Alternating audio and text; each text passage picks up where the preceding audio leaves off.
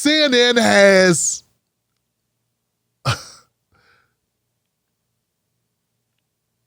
big. Hi, Jeffrey. Hello, Allison. It's been a while. It has been a while, indeed. I feel like we should address what's happened in the months since we've seen you, since some of our viewers may not know what has happened. So I guess I'll recap.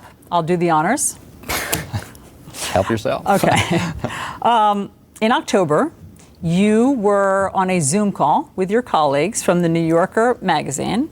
Everyone took a break for several minutes, during which time you were caught masturbating on camera. You were subsequently fired from that job after 27 years of working there. And you, since then, have been on leave from CNN. Do I have all that right?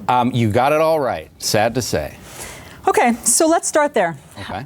To quote Jay Leno, what the hell were you thinking? Well, obviously, I wasn't thinking very well or very much, and it was something that was inexplicable to me. I think one point, I wouldn't exactly say in my defense, because nothing is really in my defense. I didn't think I was on the call. I didn't think other people could see me. You thought that you had turned off your camera? Correct. I thought that I had turned off the Zoom call. Now, there have been people that said, Tim, this is no big deal. What did he do that was so wrong? He got caught. It's embarrassing. I feel bad for him. Look at the black man in the view there.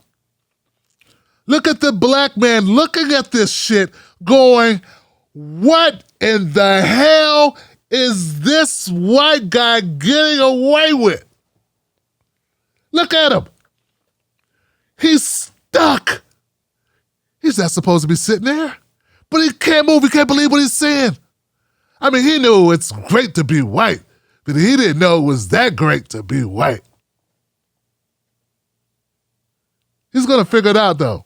That's not a defense. This was deeply moronic and indefensible, but I mean, that is part of that. He's like, let me get the hell out of here. I'm not supposed to be here, Johnson. Not supposed to be here. This guy was on a Zoom call. Big time writer for the New Yorker. Big time contributor to CNN. On the Zoom call, thought the Zoom was off and went to handling business right there on the laptop in front of the world.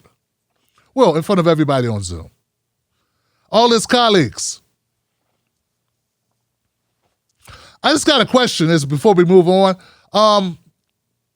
Since those people that like to say, this is no big deal, what's the big deal? If I did it, would that be okay? Just ask it. Just check it. I mean, we both know it wouldn't be because I'm black, but I'm talking about not in a job. I mean, like you know, on the live stream, like, you know? I'm saying, like, that'd be okay, but would you just overlook it and be like, hey, no big deal? He thought the camera was off. I'm not creeped out at all. There have been people threatening lawsuits against me because they can't get in my chat room. And this guy pleasures himself on Zoom in front of people and he gets to come back as a contributor. Okay, let's just keep going. There's more to this. Ponder that while we move on to the next clip. And, you know, I have spent the 7 subsequent months, miserable months in my life, I can certainly confess, trying to be a better person. I mean, in therapy, trying to do some public service, working in a food bank, which I certainly am going to continue to do, working on a new book about the Oklahoma City bombing, but I am trying to become the kind of person that people can trust again. Nah, Johnson, that ain't ever gonna happen. No one's ever gonna, you weren't gone long enough. Look, I'm not saying he's the worst guy that ever existed. It's not like he sent text to his lawyer using the N-word and he's the president's son or nothing. But, you know, he's not the worst person in the world, right? But what he is creepy as hell. And other people don't want to work with people that creep them out. There are people who lose their jobs just for saying the wrong thing. This guy did the wrong thing in front of people. Some people, imagine having to see this guy on Monday morning and look at his face. Deal with him in person. Ugh. At least we got the elbow handshakes now. That helps a little. No, I'm not saying he's the worst person in the world. No, I'm not saying he should be crucified forever. What I'm saying is, he ain't been gone long enough for me to forget what he did. Look, what's this thing about you? You went to help out in the soup kitchen. You went to therapy. For what? What do you need therapy for? That's why I don't, see, that's another thing I don't like. I don't like dishonesty. This is dishonest. I went to therapy for doing what? Well, because what you weren't doing it right? What you need therapy for? You thought you were offline. You did something a lot of people do.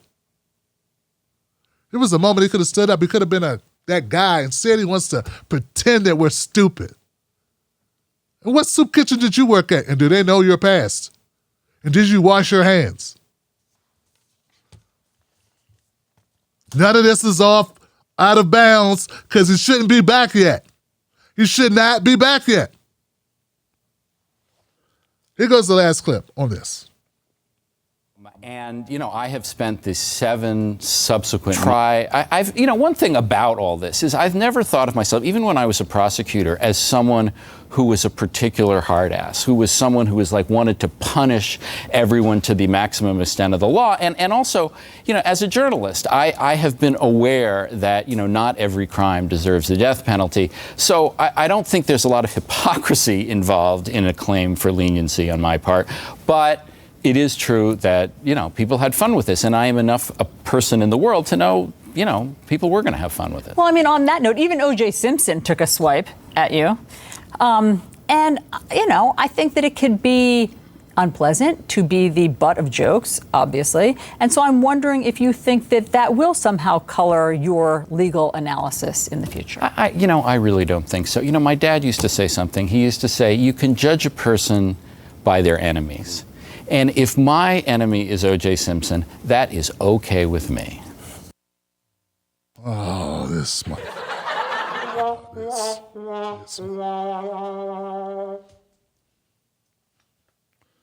A lot of people make jokes about you tubing.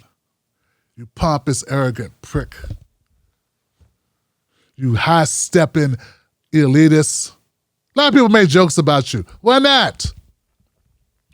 Even OJ. So, the way we're gonna get on the hot seat is we're gonna throw in an OJ joke, take a jab at OJ. He's my enemy. It's not your enemy. He just made fun of you. Just pointed out how hypocritical you assholes are, and he was right. This guy gets to come back and creep everyone out, and save me once again. Save me the nonsense about I feel sorry for him. I feel so bad for him. What's supposed to happen? He's supposed to lose everything. Yes, for a minute, that's what happens. We do something that's stupid. People make mistakes all the time that cost him a lot. He didn't lose anything. It doesn't sound like his whole life was turned upside down. He was just embarrassed. People have lost more for using the N-word on the train.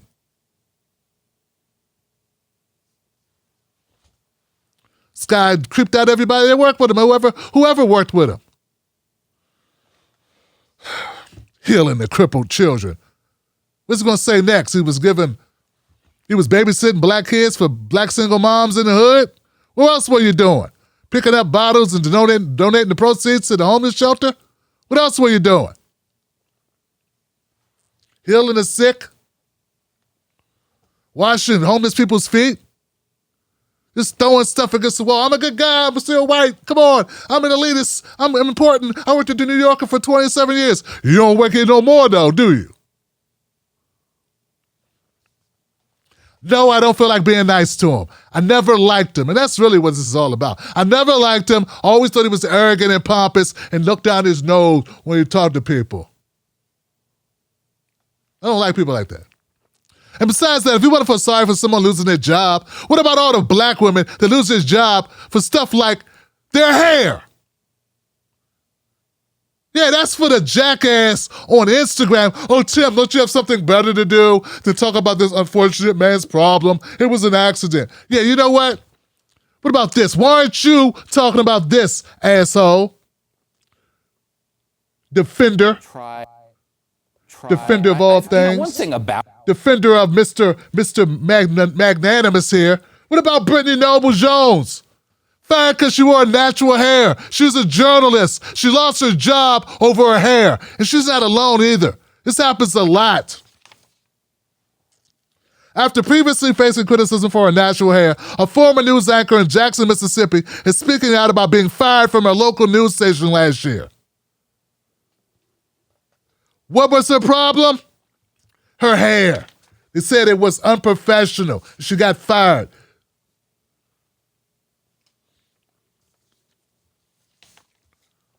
Don't tell me to take the moral high ground when they don't. Did Toobin stand up for her when she got fired for her fucking hair? No, he didn't. No, he didn't, jackass. Stop caping for people that don't cape for you. Stop defending nonsense. He makes so much money, he's got money just socked away in the Caymans and the stocks and bonds. What about poor black guys who lose their jobs because they don't want to cut their dreads? Always want to be an ally to shit when they don't need you. But when we need you to be an ally for black folks, your ass can't do it. And that goes out to the black guy who wrote that in my comment section. It wasn't a white guy, it was a black guy defending Jeffrey Toobin as if he needed your fucking help. Brittany Noble needs your help. Where are you? Punching Jeffrey Toobin is punching up. And I cover what I want on this show. And today I covered you. Most news shows are suspect. They don't focus on black issues, and when they do, it's all fluff. How does that help your life? How does that help your family? How does that help the culture? They don't. The Tim Black Show is different. Tim Black gives you news for people who can't stand the news. Real, authentic, researched, entertaining. On point. Don't let nobody take your cornbread. Visit www.timblacktv.com today. Get black breaking news, politics, and culture from someone you can trust. TimBlackTV.com. Join us today.